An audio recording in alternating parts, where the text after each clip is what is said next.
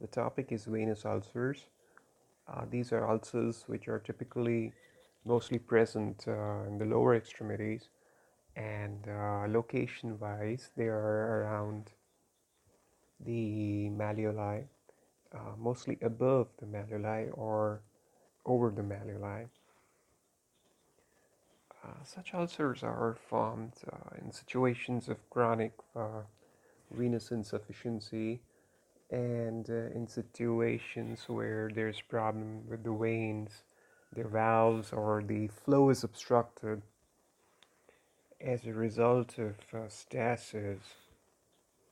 There is a situation wherein there is hypertension kind of situation developed inside the veins, and as a result of this, the capillaries tend to leak, and because of that, the blood flow to the skin is compromised,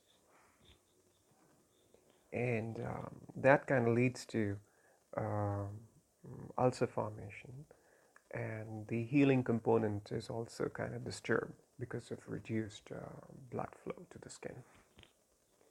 Not only we see ulcers in such situation, but there are changes that occur over the skin.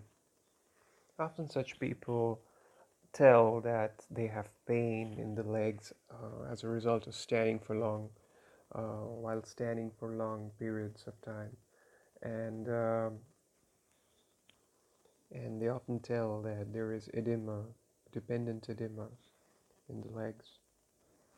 The nature of the ulcers is such that they can be considered as shallow ulcers, and uh, and rarely there is necrosis, pretty irregular borders, and at times granulation tissue can be observed. Due to extravasation of red blood cells, there's often deposition of hemosiderin, and that kind of leads to hyperpigmentation of the skin. Other common changes over the skin incorporate stasis dermatitis and atrophic sclerosis. Stasis dermatitis, there is redness and this eczema-like uh, condition, and it's pruritic. And atrophic sclerosis, basically, they're white blocks that can be observed. So, looking at all these conditions of the skin on observation, one can pretty much think on the tracks of venous uh, disease. Superficial venous insufficiency may present as spider veins, telangiectasias, and varicosities.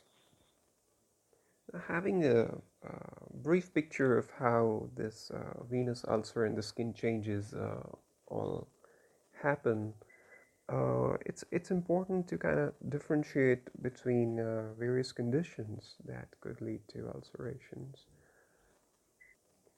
and that would be looking into diabetic ulcerations or vasculitis or decubitus ulcerations or peripheral arterial disease or cancer situations, as in basal cell or squamous cell.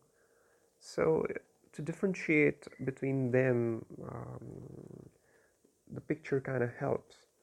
As in diabetes, it's often neuropathy that is kind of there, and in peripheral arterial disease, there is necrosis and with ischemia, and in vasculitis, it's kind of erythematous and bully formations there, and it's kind of important to figure out the condition that's leading to ulceration, and this picture kind of helps in deciphering.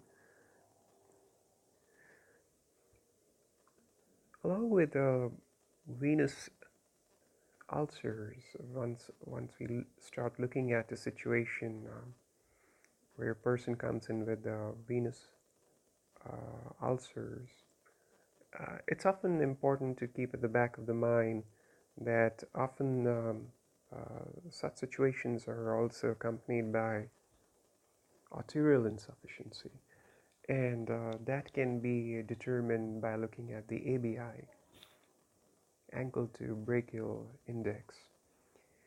And one needs to be cautious about underlying osteomyelitis, especially in situations where infection is there in the ulcers. Treatment-wise, compression bandages, especially multi-layer compression bandages, are very helpful. And raising the leg above the heart for 30 minutes at least, 3 to 4 times daily. Compression stockings with graded pressure system are pretty helpful, and again the pressure is higher at the ankle, and it's decreased as we go above towards the knee. But it's important to keep in mind that there is no accompanying arterial disease, because in that situation the compression can lead to ischemia. So one has to be cautious and of this concomitant condition if it's present.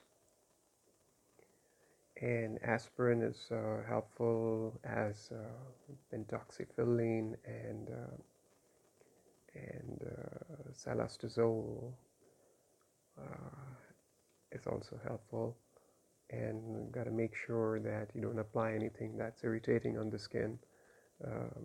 And antibiotics basically can be utilized if there is infection. From surgical standpoint, techniques such as sclerotherapy and stripping of the veins, ligation, or skin graft can be utilized, but they're not used very commonly. They try to first utilize the other modalities of treatment. They first try the conservative medical therapy. And sclerotherapy is basically injecting a caustic solution directly into the superficial veins, and saphenous vein insufficiency is basically, treated by vein stripping or ablation, and they utilize also endovascular laser or radiofrequency ablation. And this way the great saphenous vein is disrupted, and